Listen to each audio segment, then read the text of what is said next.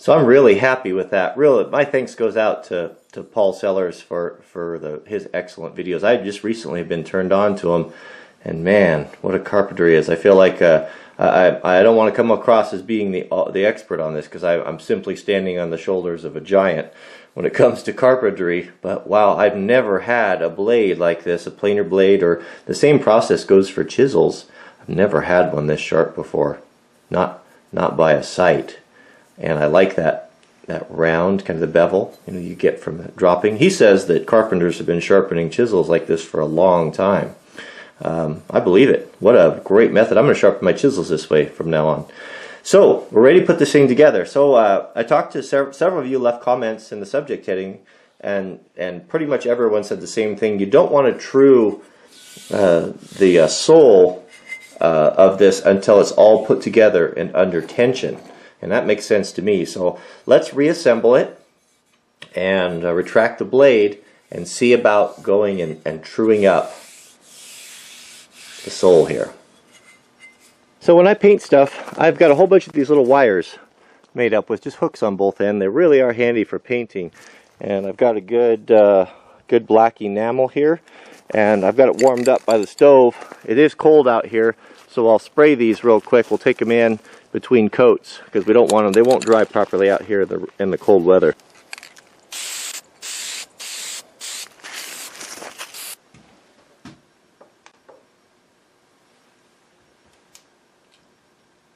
Now before I assemble everything, I'm going to take some coarse steel wool here and work out. There's just a little surface rust spots. It's going to take a little bit of the paint off, but that's all right. I don't care. It's an old piece, and if the edges get the paint knocked off a little bit, that's what happens with use. That's what makes it charming. But right there, I think that looks nice, because you see, yeah, taking a little bit of paint off there, but at least it's shiny and clean. You're getting that. We don't want that rust on there. Let's stop that rust from doing any more damage. Yeah, that's looking really nice there. Work the fronts of these a little bit. Steel wool is just an amazingly effective product for restoring tools. It comes in lots of different grits. You can get real fine and coarse. This here is pretty coarse, but it's really good for cleaning in there's nooks and crannies. I'm getting excited about putting this back together. It's so satisfying to take something that is essentially just useless because of just age and neglect, and bringing it back to life with just a little bit of work. And this is going to be, well, the blade, I'm sure is going to be sharper than it ever came from the factory. So there it is, steel wool. They got the worst of the rust knocked off the steel wool, but we have another process for that. So it seems to me that there may be some technique to putting this thing back together the right way, being there's so much adjustment in it that I am not aware of. So I can imagine that I will not be assembling it only one time. So I'm just going to start putting it back together here and kind of see how it goes here. Here's the frog. Alright, so the frog's on there, and little ballistol is not going to hurt on these threads, is it? I don't think so. So we'll put our adjustment screw in there, and these little arms will fit right in that groove. Oh, nice. So you can see here that as we adjust this out, these two little arms move up and down, raising or lowering the blade. So we'll raise that up, and then this here will tip the blade, we'll trim it from side to side. So we've got our blade, and we've got to put our blade and our chip breaker together. They screw together like this, and I just watched a video, and the guy made a good point that you might want to resurface this, make sure that this is flat here, the chip breaker, where it comes in contact with the blade. So you can see that it's pretty well flat there.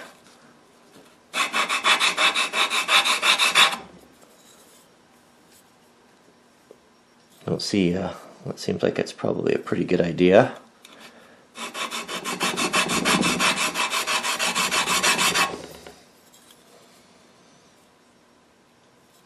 Yeah, I could see there was a little low spot there. One more time, I think we'll have it.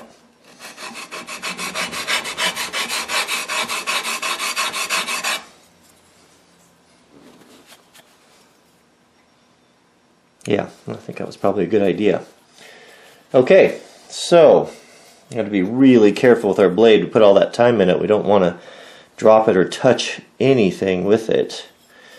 And so I think that goes down. So from what I've read, we want to, I guess, about a 1/16 of an inch or so. 2 millimeters for you metric users. So we'll start this here.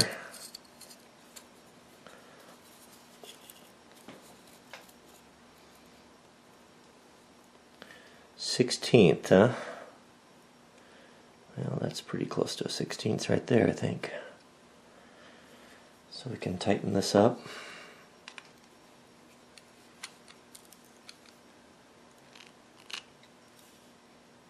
I don't know how tight to get that. We're learning together here. I think it looks pretty good though, don't you?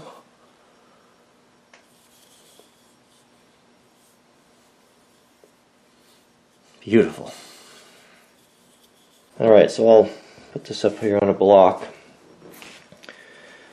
I want to very, very, very carefully drop this in here and not touch the cast iron.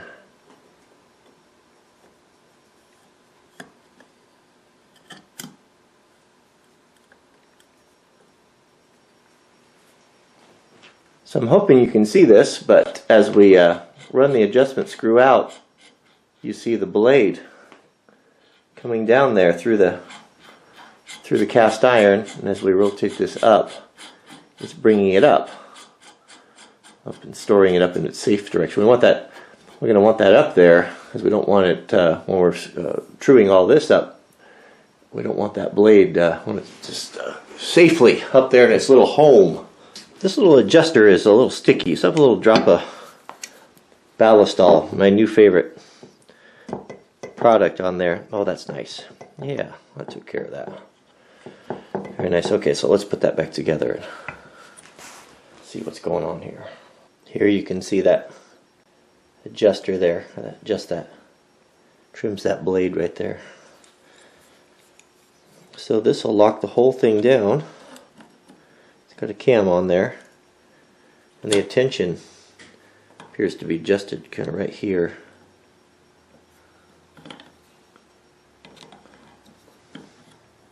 Oh, that's not enough there. That's a little bit light. That's one more. Right back where I had it. I think it could be a little tighter. One more.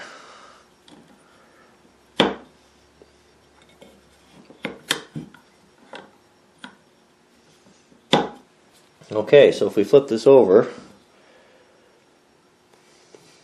you can see that our blade is definitely retracted underneath there.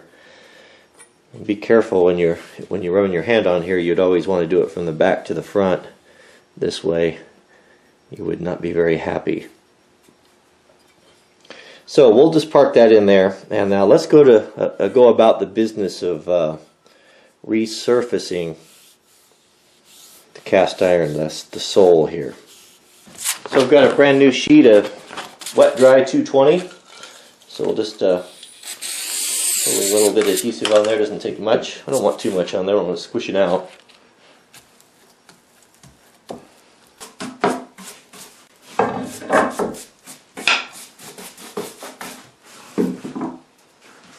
So I use this soft rubber gun cleaning pad for whenever I'm putting anything like sharpening stones on, because it doesn't slide. It sticks really good and keeps the bench a little bit drier.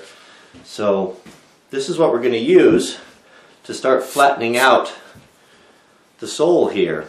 And it's going to be obvious where the high spots are here while it's rust on it, but when we get closer we'll put some Sharpie lines on there. But let's put our Windex on. This just helps to lubricate and carry the shavings away. And let's kind of see where we're at here.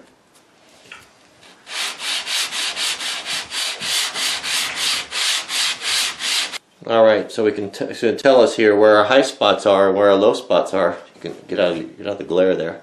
You can kind of see right there, I think. We're starting to polish there. We got a little low spot right there, a little bit in the back, but hopefully not too bad. So we'll just keep working at it.